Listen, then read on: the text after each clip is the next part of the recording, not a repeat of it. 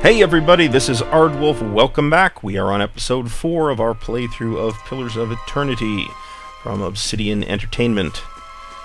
Sort of the successor to the people who made Baldur's Gate and Icewind Dale and games of that sort. So thus far, let's take a quick look at the map here. We just stomped up some bandits here in the Valewood. And I am not in incredibly fantastic shape. I still want to, plus 1 constitution for 300 seconds, so...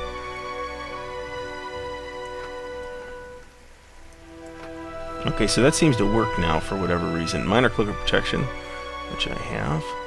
This is a hood. Yeah, we'll put that on. It looks cool. Why not? Ripple sponge. User plus 10 max endurance for 600 seconds.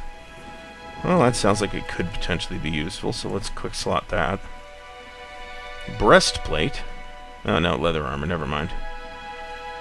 Fruit. Plus 5 max endurance for 300 seconds. Okay, that's nice. Let's look at the stash here. What I'm really kind of hoping to find are like potions or something. Or arrows, that would be great. I don't know if I need arrows, to be honest. And what do I use to switch weapon sets? Let's take a look at that.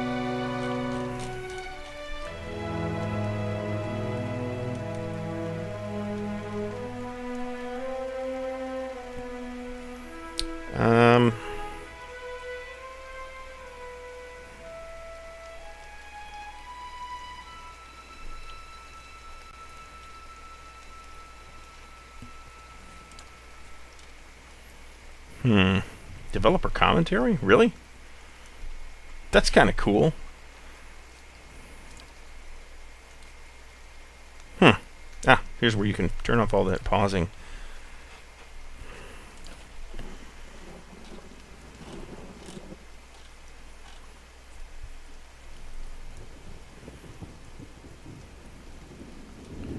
So I'm not seeing... There's a lot of options here, actually, but I'm not seeing switch weapon sets.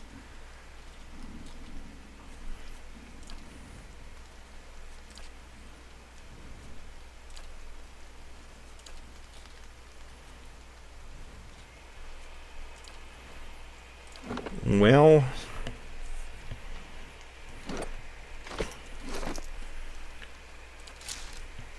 No. Okay, so...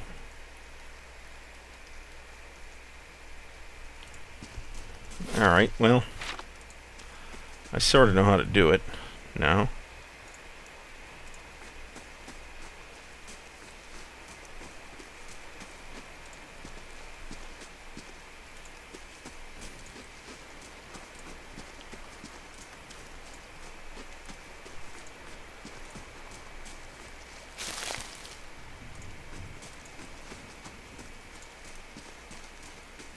What do we got here?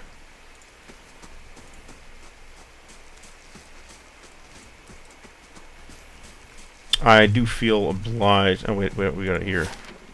Oh, look at that. We can exit directly to the world map, but we can't go to Gilded Vale from there, so...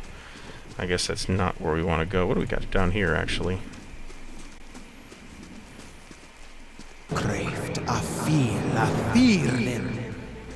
Stop.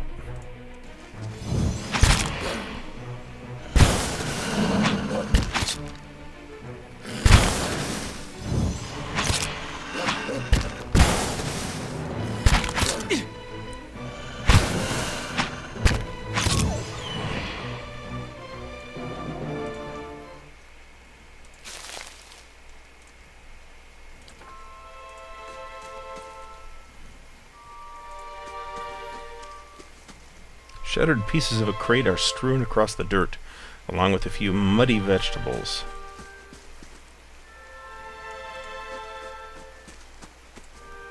The grass is still flattened behind the wagon's wheels. Barrels of cabbages, potatoes, and squash have all been overturned and abandoned. So are those ghosts that I'm seeing? Perhaps?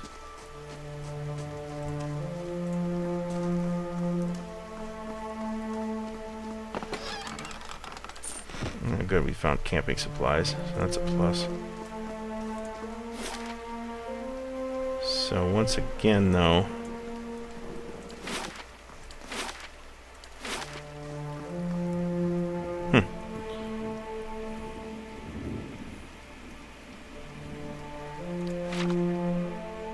So I think we're going, now that we know what that is, I think I'm going to go up there and check out the bear cave.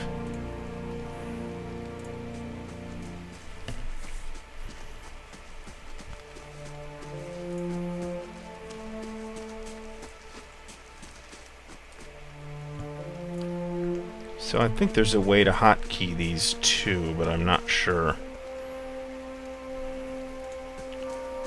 exactly how that works. I'm gonna probably need to look that up.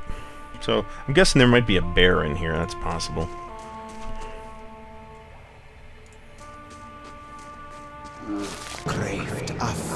There's the bear. It looks like there might be more than one. And our phrases have gone... Ooh!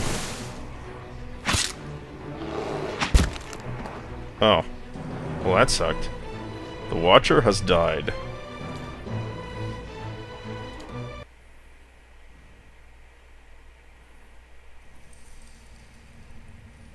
Of course. Well, I'm not sure I have a lot of options here, to be honest about it. Kraft a feel a feeling.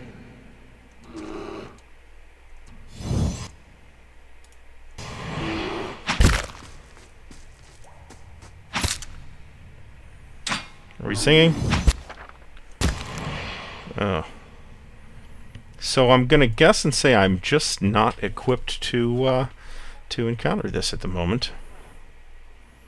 So let's back the fuck out.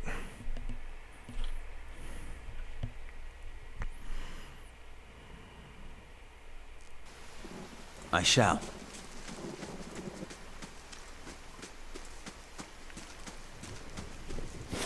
Look at the map. That goes to the Bandit Camp.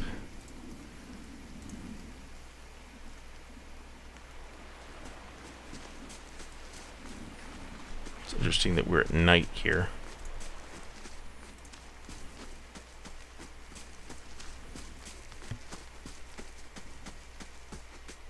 Kraft a feel a feeling. Alright.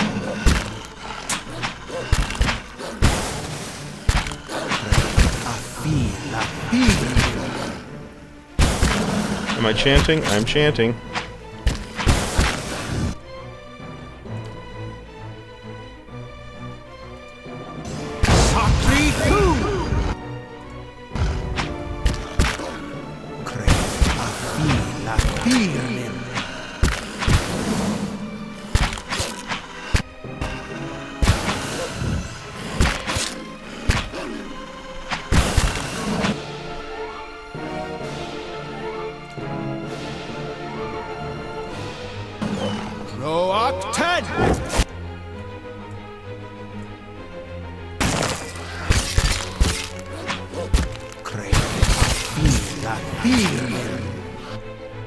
Yes?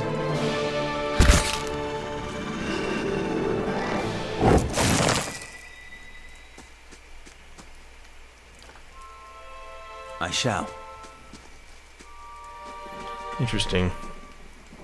These aged walls appear to have once encircled this entire glade. Only a small fragment remains, and the stairs leading to the top of the structure have crumbled away. Examine the wall more closely. The heavy bricks are slick with moss, presenting a hindrance to climbing, but the stones themselves seem sturdy enough. Given the right tools, one might easily reach the top. Let's try and scale it. You find a handhold upon one of the large stones and start to pull yourself up. But the uneven bricks and odd angle of ascent make the climb difficult, and after a short distance, your arms begin to burn too fiercely. You are forced to drop back to the ground.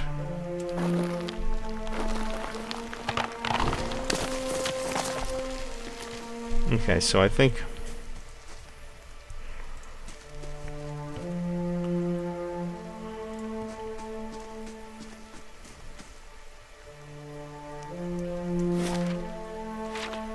Okay.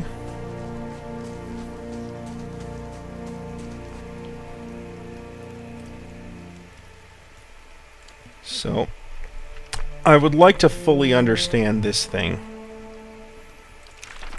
Oh, here we go.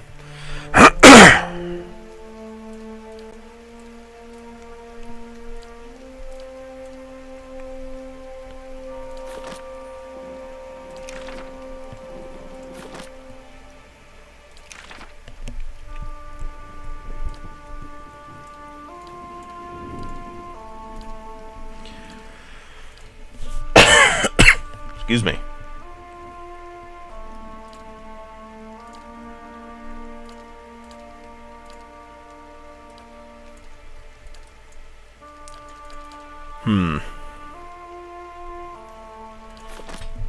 Alright, I'm still not sure I understand that.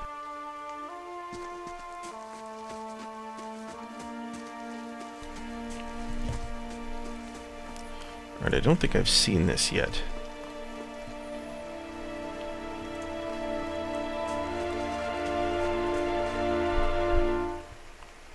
Well met, friend. This man appears to be hurriedly dismantling his camp in quick, jerky movements. He looks up at you approach, his intention tense and drawn. "Greetings," he says, a little breathless. "On your way south, is it?" He wipes his brow, turning to face you. "The sooner you're clear of these woods, the better, I think." Let's see. You're headed the right way. Shouldn't be too much further, and there's no missing it if you keep to the road. But you'll want to keep clear of this place after that. We were just attacked north of here. Me and a friend of mine. We came out here to hunt some deer. Came up on a bear instead. Great monstrous thing. And Pearly, he didn't make it. He shakes his head. I don't know what I'll tell his wife. In any case, this forest's already cost me a friend. I'm heading home before it takes anything else. Name's Nunton. Born and raised in Gilded Vale. Haven't had a spot of luck since. His face twists. Luckier than Pearly, I suppose.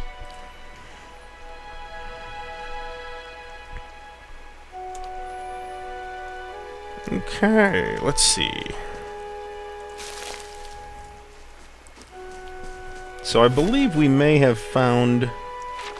Maybe not. What's this now? Okay, this actually takes me to Gilded Vale. So let's...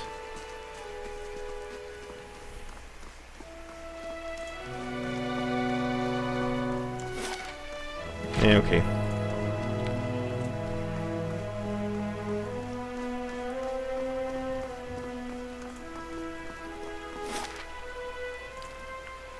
Takes me 8 hours to complete my journey from Valewood to Gilded Vale.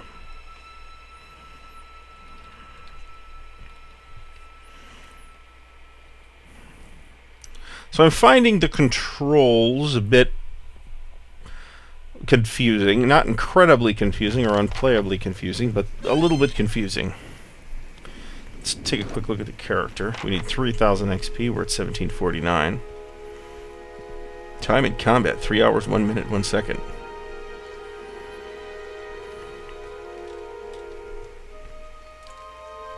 Oh, well, I am the party at the moment.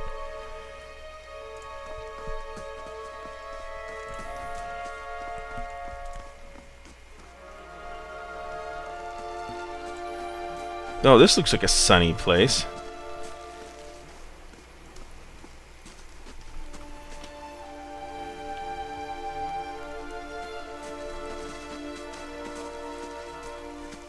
You must be one of the new settlers. Welcome to Gilded Vale. You'll be pleased to know that we've had some recent vacancies here. Okay. I'll be a wise ass. I feel at home already. Of course, we'll need to make some inquiries first. The inestimable Lord Radric VII has taken great pains to insulate our town from Widewind's legacy. Have you ever sired a Hollowborn child? An infant born without a soul, of course. Lord Radric has made it his first priority to eliminate this scourge from our village. I should warn you, stranger. Here in Gilded Vale, we have a special place for dissidents, charlatans, and those who would hide a curse in our midst. Oh, I'm gonna love it here. His lordship's wife is with child and due any day now. Without his approval, I shan't be able to find you a permanent settlement. It will have to wait until after the birth. We can continue our interview then, after the bell tolls from Radric's hold to signal my lord's new heir. In the meantime, you can Yeah, I'm find not telling him number one here. accommodations at the inn, just southwest of here.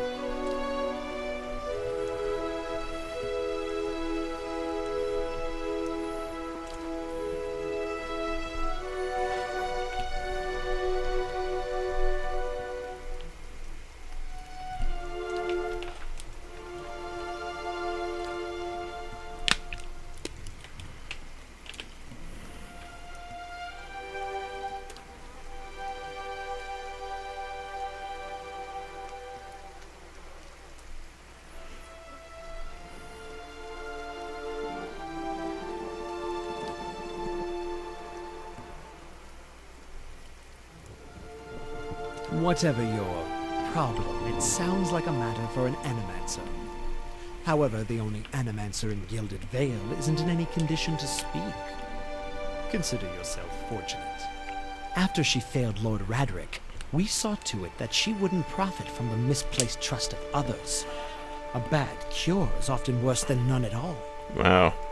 But if you're set on finding a bottle of troll piss or a dead Audra pebble to rub on your forehead, you're welcome to check her pockets. A little corpse stink is nothing when you're digging for shit. My advice, however, is to be satisfied that you escaped and leave it at that. Keep out of... I'm making it my personal priority to kill everyone here. Listen! 2 tolls. Let that be the last. 3. Gods have mercy. It seems your arrival is ill-timed. 3 bells toll only for the death of a Radric. I fear Lord Radric's heir is lost, or else Hollowborn, and so lost all the same. You should tread carefully. Circumstances have changed a great deal.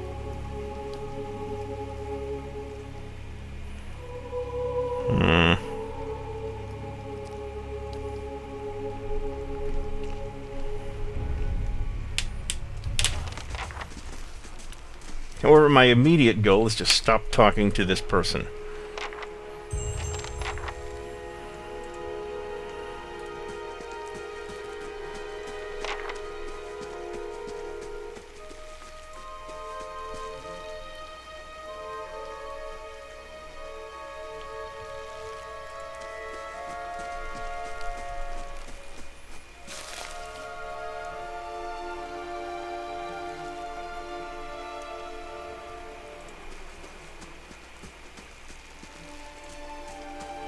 Were you looking for someone in that tree?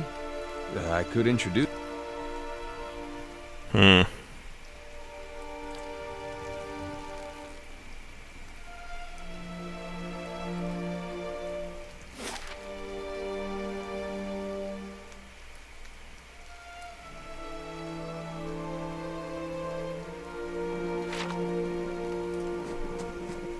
So let's go find this inn.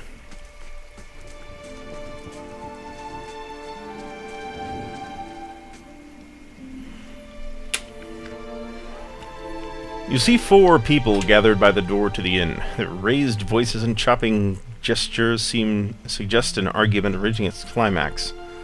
The first figure raises his hands for calm. His face is partially obscured by a hood, but his height and stature suggest an elf. I meant no offense. Let's put this matter to rest over a round, shall we? My treat. Hoping to soothe our pride with a few Adira coppers, eh? We don't need your coin. What's going on here? One of the other men points at the hooded elf. His eyes are red from drink, but his gaze is focused. Mocking us even while he shelters in our village. Just goes to show you what these fancy-eyed manners are worth. We don't take to that kind of treatment. Not from foreigners, and especially not from Those people. Go on. Say it again. I'm itching for an excuse. Why, you're itching for the kindling touch of your sister, you cocksfeather! What the fuck? I'll cut that barrel-licking tongue out of your head. What, has he got a split personality? This is a misunderstanding. I didn't say whatever it is you think I said. We've nigh quarrel. That's where you're wrong.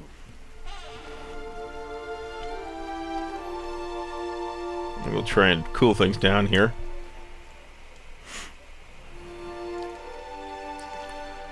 They squint at you through red, bleary eyes.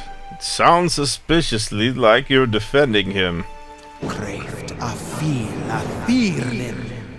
Oh, you've chosen poorly, townsman.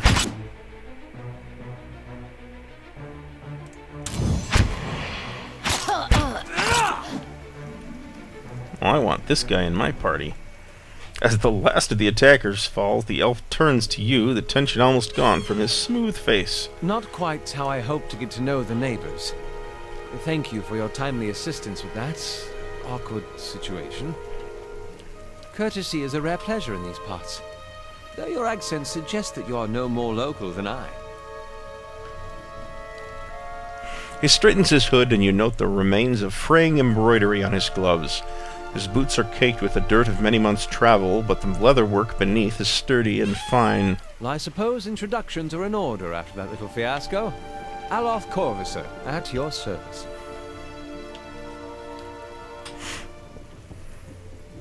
That is something of a long story. Well, I'm a wizard by training, and an adventurer by necessity. I was born in the Seathwood, part of the mainland of the Adir Empire, and both of my parents served the nobility, which afforded me an education for which I'm grateful. However, there were no open positions in those houses, and so I decided to seek new means in a new land. And how exactly did you come to be here? I was traveling with a caravan, but we were separated near some ruins.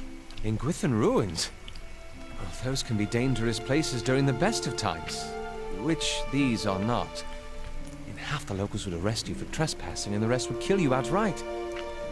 I'm curious, what exactly did you find there?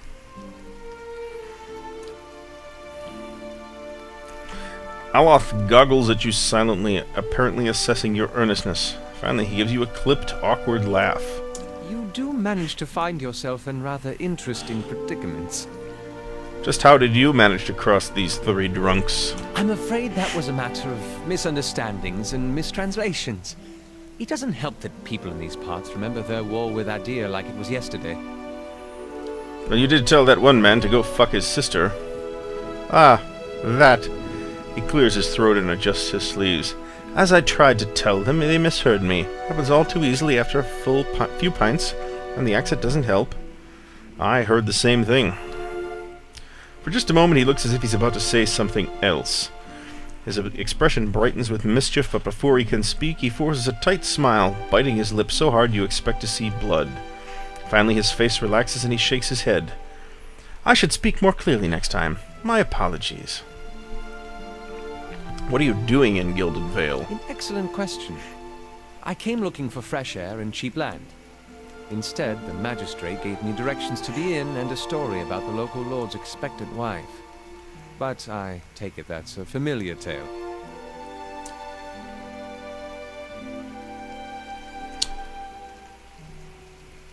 I've been experiencing strange things of late. I'm looking for an expert on souls. Indeed. The local lord has searched far and wide for similar specialists. He has rid himself of them almost as desperately. His darting glance takes in the tumble-down buildings and the fallow, rock-strewn fields. I expect that such expertise would be best sought elsewhere. Begging your pardon, but neither do you. Yet, circumstances can find a person in the strangest of places. I should get going. As should I, given recent events. It's just as well. I've had enough of the watered wine and lumpy beds at the inn.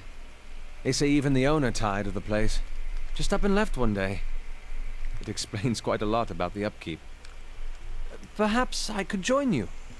I could use a change of scenery, and I find it's better to travel in numbers. Oh, sure. Excellent. I shall follow you.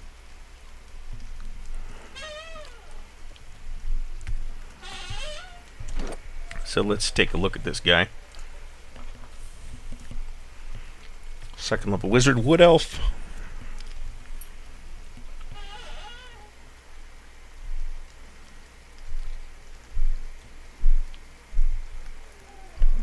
These look like spells.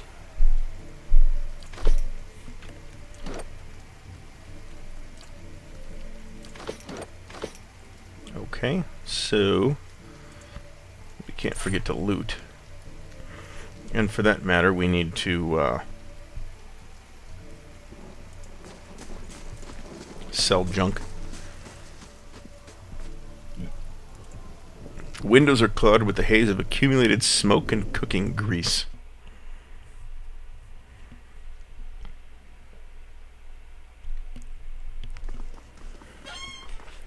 Okay. So let's see what we can do here. Well met, friend.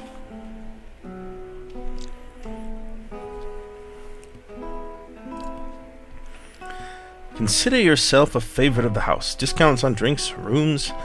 Tenfrith said he wanted to whip up something nice for you. He's already back at work in the kitchen. So what would you like? I would like to see what they have for sale. Because I have a bunch of junk.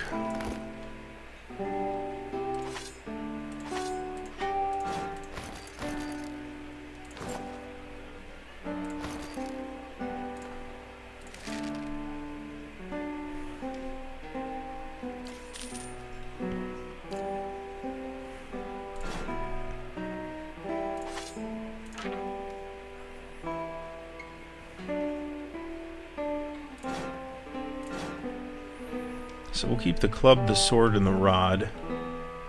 Medium shield round. Medium shield heater. 12 deflection, -4 accuracy.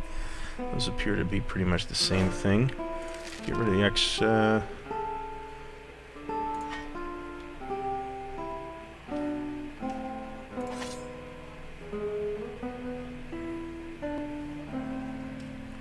That is a one-handed axe. We're going to trade that. And we'll go to inventory here.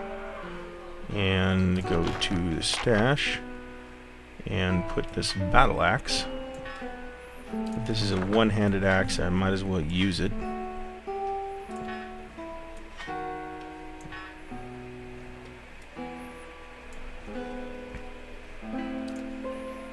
This guy's got a scepter.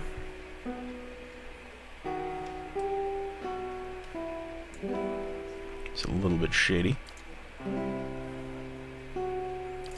Okay, so we have cleared away some junk. Let's look at our quest log here. Seek help for your condition.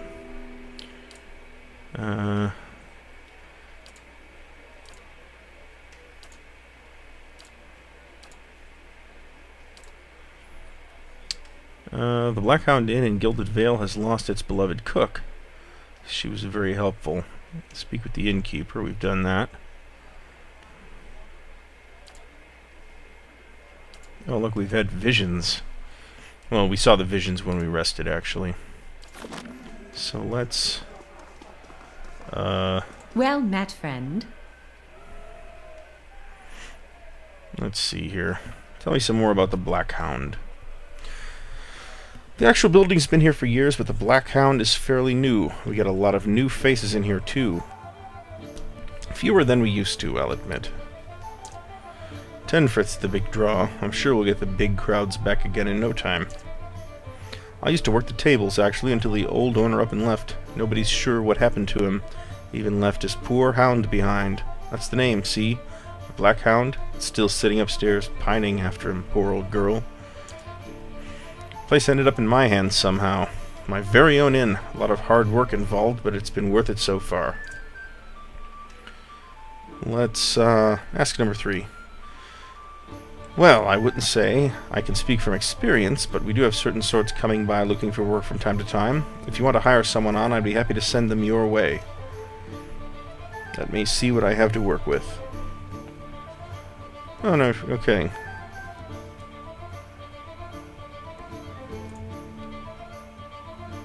No, I don't think so. Oh, look at that. That's neat. So we can, like, fill out our party with chodes. That's actually nifty.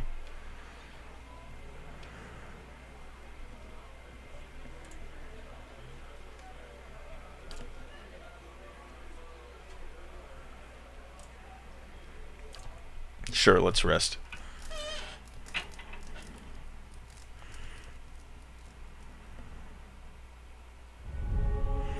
Your sleep is restless and fevered, assaulted by hisses and whispers, blanketed with a suffocating anxiety.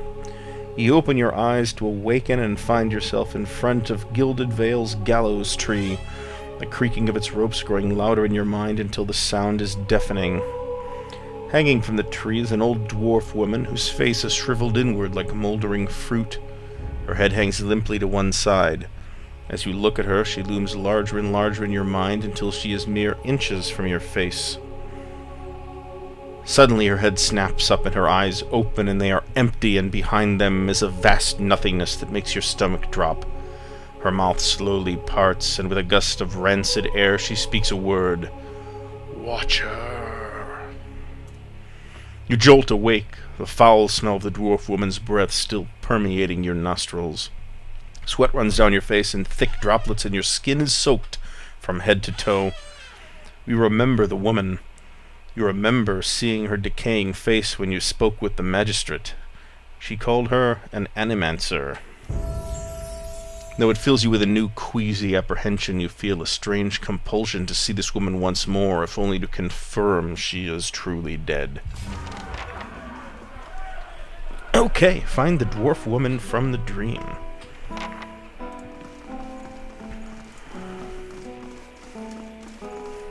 Let's see here. I think I want to go in the kitchen, actually.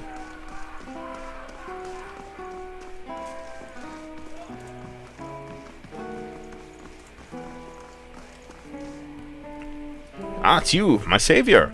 He makes a sweeping gesture to indicate the kitchen around you. It's so good to be back. Do not think I'll let this go unrewarded. I have decided that you have earned the right to learn one of my most closely guarded secrets. My dearest recipe. After this you will eat nothing else. A savory pie to keep you hale and hearty. May it serve you well in your travels. Okay, so... well, let's see. Duke's own beef loaf. So we need meat, vegetables, and fruit. And what does it do? Plus 10 max endurance, plus 2 might for 300 seconds. Okay. So, basically the stuff that we can make is in white, and the stuff that we can't is in gray.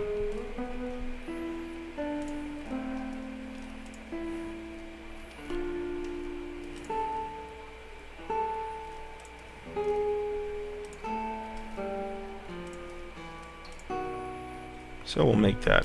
Why not?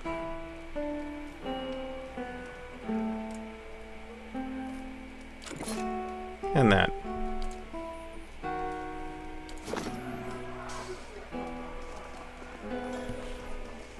Okay, so let's look. What's this?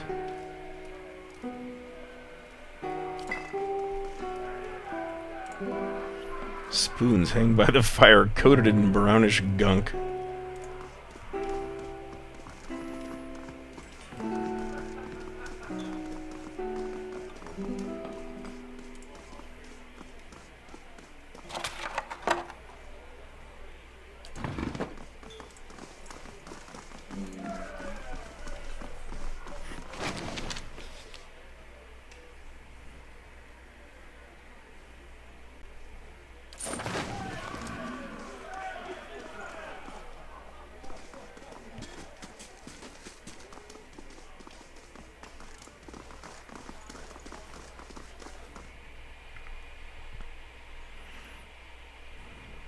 That's a thank you to their Kickstarter patrons. Grab a drink, friend. Not much else of worth in this town. Says the woman from Thine. Hey, we said we wouldn't mention Thine. I don't know what Thine is. I shall.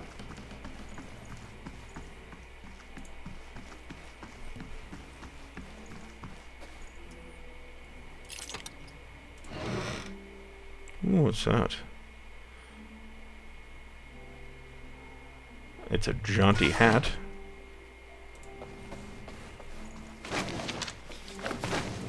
Yes, indeed.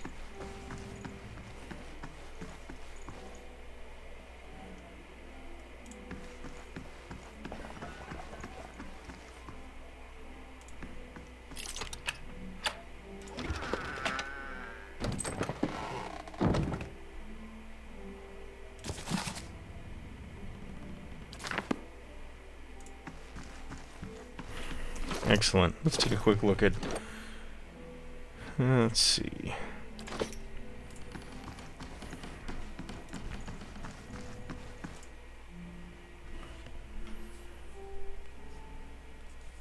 Okay, I saw that message already.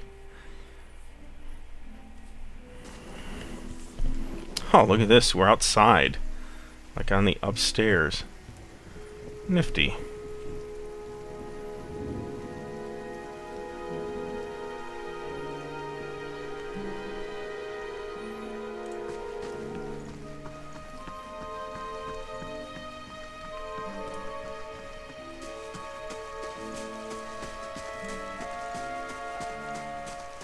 We're gonna go check out the tree.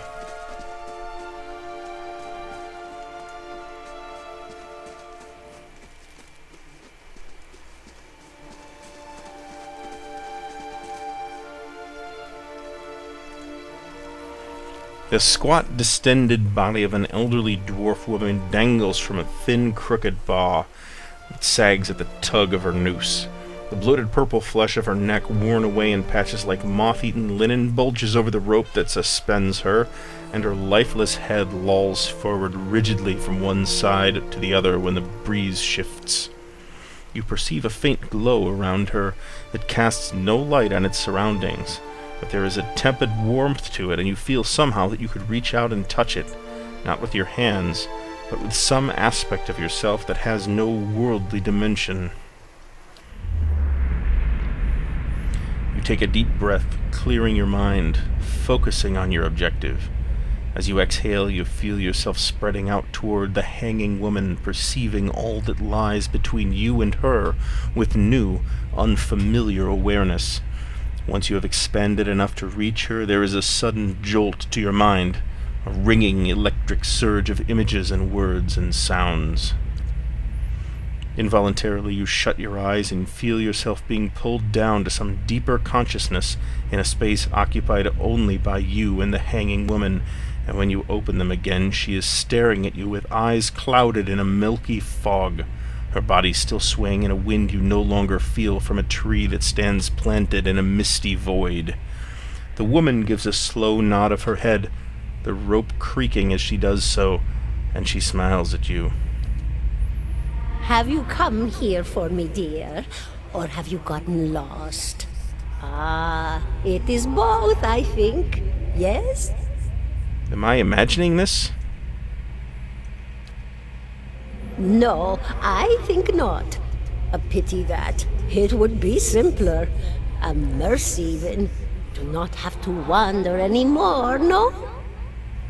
Well, is that what we're doing? Perhaps it just seems that way. Perhaps it is the easiest way for your mind to make sense of it. I think it is a very good choice. I need to understand something that's happened to me.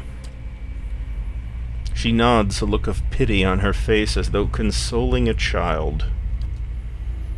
The world looks a little different than it used to, is that it? Feels like you're noticing things for the first time that have always been there. You have seen past the shroud. It only takes an instant. Your soul remembers, yes? remembers how it sees when it leaves the body, like being reminded of a dream you had forgotten. You are a watcher now, and a watcher you will stay. What's a watcher? What indeed? Long hours have many animancers spent studying such things. Not I, no, not I. I'll tell you what I know, though, since fair is fair, and here we are visiting, you and I, and it reminds me of better times. Souls pass on, some say through Audra stones, which are the blood veins of the world. They leave the world for a time and are reborn into it, sometimes more than they were before, but usually less and seldom the same. For all souls there is a time where they do not live, yet have not passed on, and those souls roam the world, same as you or I, either leaving or lost. But no one sees them because they have forgotten how. A watcher sees, though, knows what to look for. And sometimes they know a person just by looking at them, know where they've been in ages past when their bodies were other bodies. See memories even their owner can't recall. A wonder to behold when all goes well, a wonder. Oh, nothing to be afraid of, I'm sure. It's just much to take in for some. Sometimes there's trouble sleeping or other difficulties. You should see old Meerwald.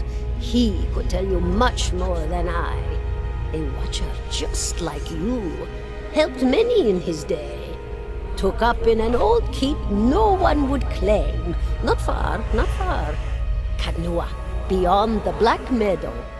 He will welcome the company. Oh, nothing to be afraid of, I'm sure. Did you now, dear? My, that would be something, wouldn't it? Could be luck, could certainly be. A storm can be a careless thing. Or maybe it got its hands around your soul but couldn't pick it up. A soul can be heavy if it stayed in one piece through its time. Strong souls, we call them in the trade. Cold, I mean. Called them.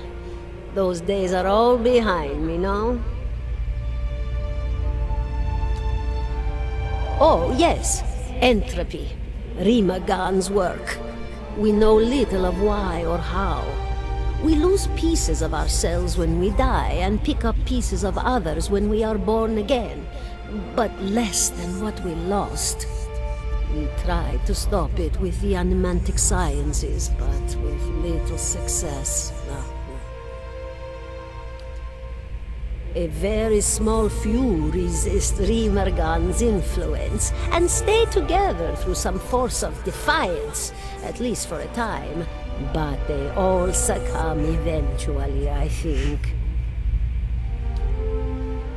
Goodbye, my dear. It was lovely visiting. Caldara closes her eyes and her head slumps forward over the noose, and your surroundings seem to bleed into your vision from some unknown place of waiting.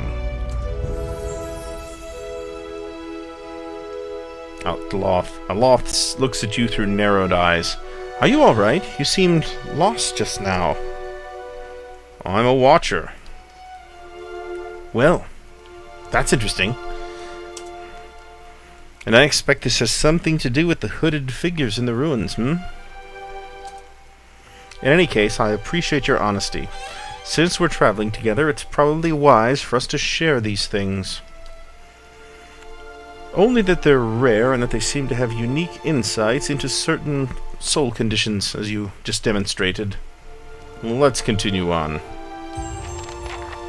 Okay, so we have talked to the old dead dwarf animancer woman. We're going to call this episode here once again. We have run long, that is terribly unsurprising. So thanks for watching. I hope that I will see you again in the next episode. Please comment in the comments below and subscribe. We have more on the way and other stuff as well that's in the channel already, so check all that out. Thanks again for watching, and I'll see you next time.